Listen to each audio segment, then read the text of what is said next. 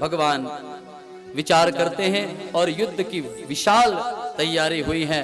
कुरुक्षेत्र के मैदान में आपने संतों के मुख से और ग्रंथों के माध्यम से, टीवी सीरियल महाभारत के माध्यम से भी महाभारत के कैसे विशाल युद्ध हुए हैं और कितना बड़ा विप्लव हुआ है, कितनी खून की नदियां बही हैं, कितने लोग मारे गए हैं, ये सारा कुछ आपने पढ़ा होगा, सुना होगा।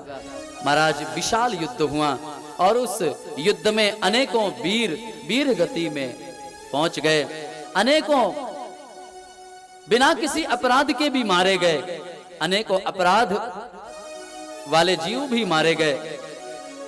लेकिन उस महाभारत में एक इतना हुआ, अंत में उसी महाभारत में जब कौरवों की ओर से भीष्म पितामह ने युद्ध किया और उस समय युद्ध के दौरान भीष्म पितामह ने भगवान को एक बात कही थी कि कन्हैया, मेरी एक आंतरिक इच्छा है कि आप युद्ध में शस्त्र उठाएं।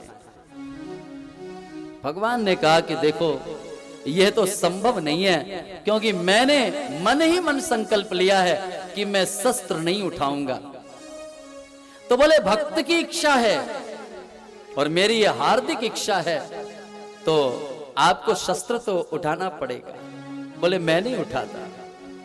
तो भीष्म ने कहा कि मैं आपको विवश कर दूंगा और आपको शस्त्र उठाना पड़ेगा।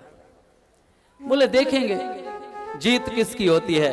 और महाराज, आपने पढ़ा होगा कि महाभारत के युद्ध के दौरान भीष्म ने ऐसे ऐसे बाणों का प्रहार अर्जुन पर किया कि अर्जुन बार बार बाल बाल बच जाता था।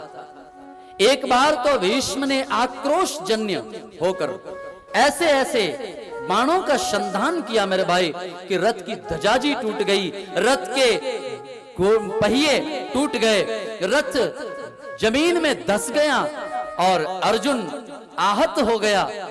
जब भगवान श्री कृष्ण ने यह देखा कि मेरा मुख्य पात्र अर्जुन बाणों से कहीं आहत न हो जाए, क्योंकि अर्जुन अगर समाप्त हो गया तो महाभारत का युद्ध बीच में ही विश्राम ले जाएगा।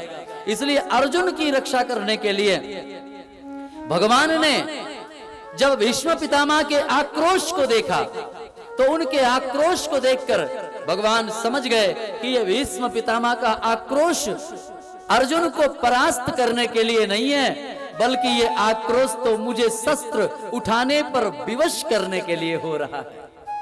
भगवान ने तुरंत समझ लिया और उस आक्रोश को शांत करने के लिए, अपने भक्त के मान की, उसके इच्छा की रक्षा करने के लिए भगवान ने उस महाभारत के प्रांगण में सबों के बीच जिन्होंने ये बात कही थी कि मैं पूरे युद्ध में शस्त्र नहीं उठाऊंगा और अपने भगत की रक्षा के लिए, एक भक्त की रक्षा हो जाएगी, दूसरे भगत के बात का सम्मान रह जाएगा, इस बात को लेकर भगवान श्री कृष्ण ने उस महाभारत के उस क्षेत्र में रथ के पहिए को भगवान ने उठा लिया और रथ के पहिए को उठाकर दौड़ पड़े भीष्म पितामह के ऊपर।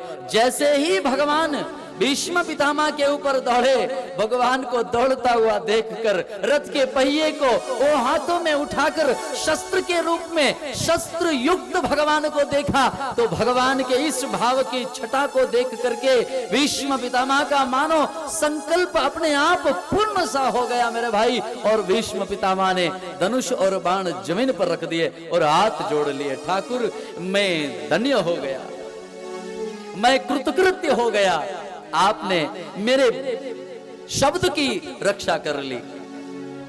प्यारे, भगवान ने रथ के पहिए को दूसरी ओर फेंक दिया और अर्जुन को उसी समय इशारा किया कि अर्जुन, यही अवसर है कि अब ये शरणागत हो चुका है, अब इसके शरीर के रक्त को बाहर निकालना है।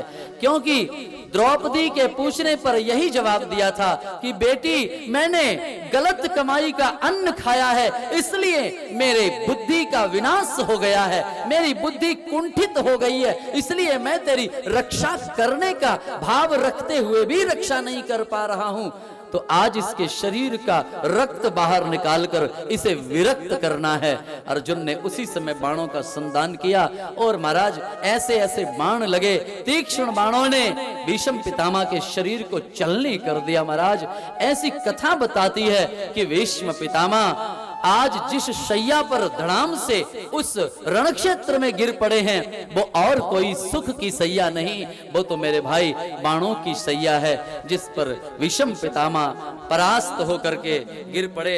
हाथ जोड़कर भगवान के उस दिव्य मुखारविंद का अपने आंखों के रास्ते भावरस पीते हुए प्रार्थना करते हैं। और आज उनकी प्रार्थना मानो फलित हो गई है, जो प्रार्थना कभी भीष्म पितामह ने भगवान से किया था।